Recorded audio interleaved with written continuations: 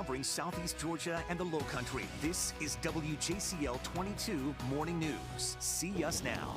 Cars abandoned in flooded streets, homes, and cars damaged by fallen trees.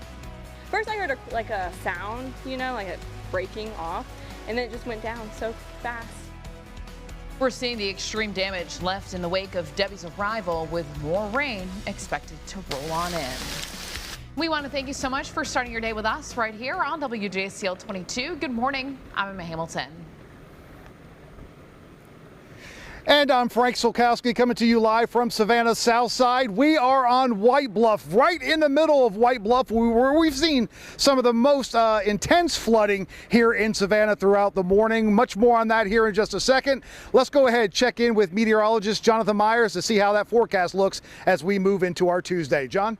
And Frank, you probably noticed getting less of those really heavy tropical downpours, which is definitely a good thing. A lot of the heaviest of the rains beginning to shift out of our area and beginning to move up closer to Charleston. And we're seeing the latest from the National Hurricane Center, winds of 45 miles per hour, and it's moving off to the northeast at 7. And you can see it will move very slowly as we go throughout the daytime today and also all the way into Thursday before it begins to make a second landfall either near or just north of Charleston throughout the daytime on Thursday. And you can see it almost right over Savannah now, where the center of circulation is. And for that, along the center of circulation and south of that, look at all of this dry air here that's beginning to work into it, which is a good thing for us. But the heaviest of the rain slowly now begin to shift further to the north. We may see some of these bands begin to wrap around on the back side of this, giving some downpours maybe for Metter, Statesboro, and Vandalia. But it's looking like a lot of the heaviest of the rain now closer to Charleston. There is a flash flood warning that is in effect for everyone along and north of I-16. This is until 9:30. And you can see that heavy rain there, mainly just steady rain there from Hilton Head, Bluffton, also toward Hardyville, Tybee Island, Savannah, and Pooler. Some showers and also some heavy rain, Hampton, Estill, and even in Screven County. But look at this. You go from Statesboro southward, not much rain, just a few showers. Just mainly is a couple isolated showers for those spots.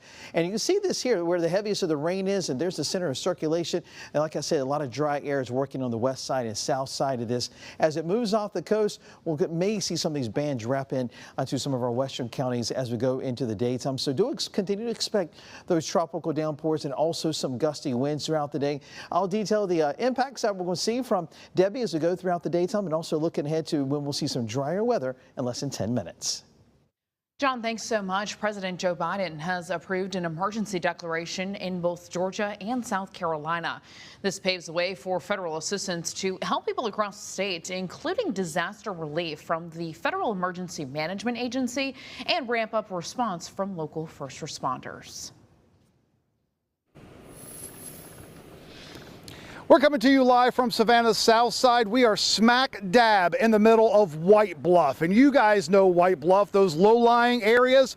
Whenever we get a good thunderstorm during the summer, we get some of that localized flooding. Well, that is what we've seen here times 2, 3, maybe 4. Take a look behind me. Herman, if we could, we have cars that were simply left abandoned here on White Bluff overnight because they got into these flood waters and they couldn't make their way through. And again, this is one of those things that we warn folks about. If you can't see the road and there's water on it, just avoid it altogether.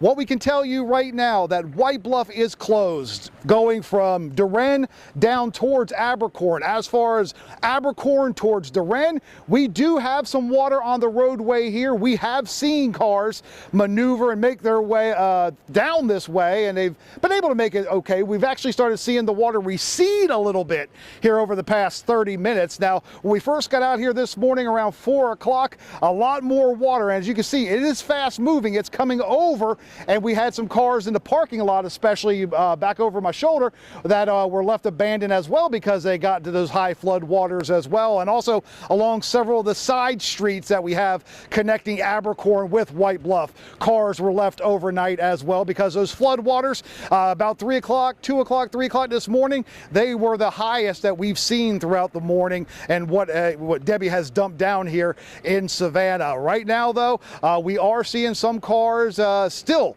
just left behind. We've watched their batteries die. The lights have flashed. The alarm has gone off. And then those cars have finally just kind of died out. So again, as this water recedes, we're going to have to get tow trucks out here to get these cars removed. So again, avoid White Bluff at all costs. There's no reason to be here. You don't need to be here. Go ahead, use Abercorn and another way. Coming up in just a couple minutes, we're going to tell you about some of the other damage that we've seen, especially here on the south side. A lot of downed trees that we've seen this morning. Much more on that coming up. Emma, going to send it back to you there in the studio. All right, Frank, thanks so much for that update. You stay safe and stay as dry as you can, my friend. Well, if you need somewhere